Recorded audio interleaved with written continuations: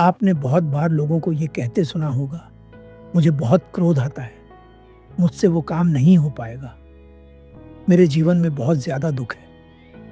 मैं आपसे पूछना चाहता हूँ, क्या आप भी ऐसे वाक्यों का इस्तेमाल करते हैं?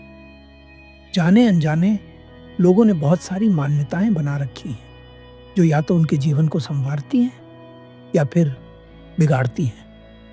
एक छोटी-सी कहानी आपको सुनाना चाहता हूँ, जो बताएगी कि हमारी मान्यताएँ जो हम भीतर से पालते हैं, वो हमारे जीवन को कितना गहराई से प्रभावित करती हैं।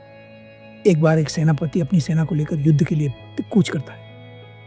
रास्ते में उसका एक गुप्तचर दौड़ता हुआ आता है और कहता है, सेनापति जी, हमें यह युद्ध नहीं लड़ना चाहिए। सेनापति पूछता है, क्यों? गुप्तचर कहता है, हमारी सेना में कुल 1000 सैनिक हैं, जबकि दुश्मन की सेना में 10,000 सैनिक हैं, इसलिए हमारी हार निश्चित है। सेनापति ये बात सभी सैनिकों को बताता है और कहता है, अब निर्णय तुम सबका है, क्या तुम युद्ध लड़ना चाहते हो या नहीं? कुछ सैनिक युद्ध लड़ने के लिए तैयार हो जाते हैं। सेनापति स्वयं भी दुविधा में होता है। वो कहता है, यह निर्णय लेना कठिन है कि हमें युद्ध लड़ना चाहिए या नहीं, इसलिए हम ये निर्णय भगवान के हाथ में छोड़ देते हैं। पास ही एक मंदिर होता है। सेनापति वहां जाता है और भीतर से एक सिक्का उठाकर लाता है। वो कहता है, अब हम यह निर्णय भगवान पर छोड़ते हैं। अगर सिक्के में चित आया तो हम युद्ध लड़ेंगे, अगर पट आया तो हम युद्ध नहीं लड़ेंगे।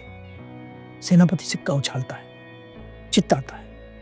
सभी सैनिक खुशी से झूम उठते हैं। उन्हें लगता है भगवान उनके साथ है। उनके भीतर जोश भर जाता है। वे कहते हैं, सेनापति जी, हमें आदेश दीजिए, हम युद्ध के लिए तैयार हैं। घमासान युद्ध होता है। 1000 सैनिक 10,000 सैनिकों पर भारी पड़ते हैं।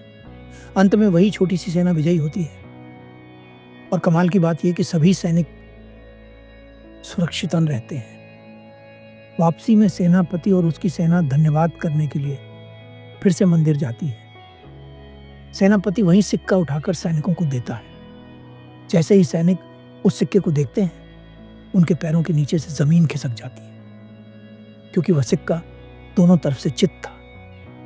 वे चौंक कर पूछते हैं, सेनापति जी, आपने ऐसा क्यों किया? आपने हमें झूठ में रखा।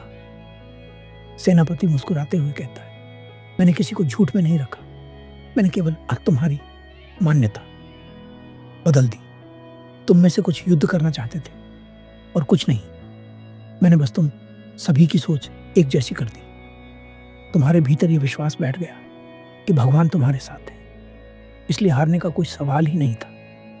इसीलिए तुम जीत पाए। लेकिन अगर तुम युद्ध इस सोच के साथ लड़ते कि हम सिर्फ 1000 हैं और वो 10,000, तो शायद हार ही जाते। अंत में मैं आपसे सिर्फ एक बात कहना चाहता हूं, यदि आप अपना जीवन बदलना चाहते हैं तो सबसे पहले अपनी मान्यताओं को बदलिए। जब आपकी सोच बदलेगी, तब आपका जीवन अपने आप बदल जाएगा। धन्यवाद।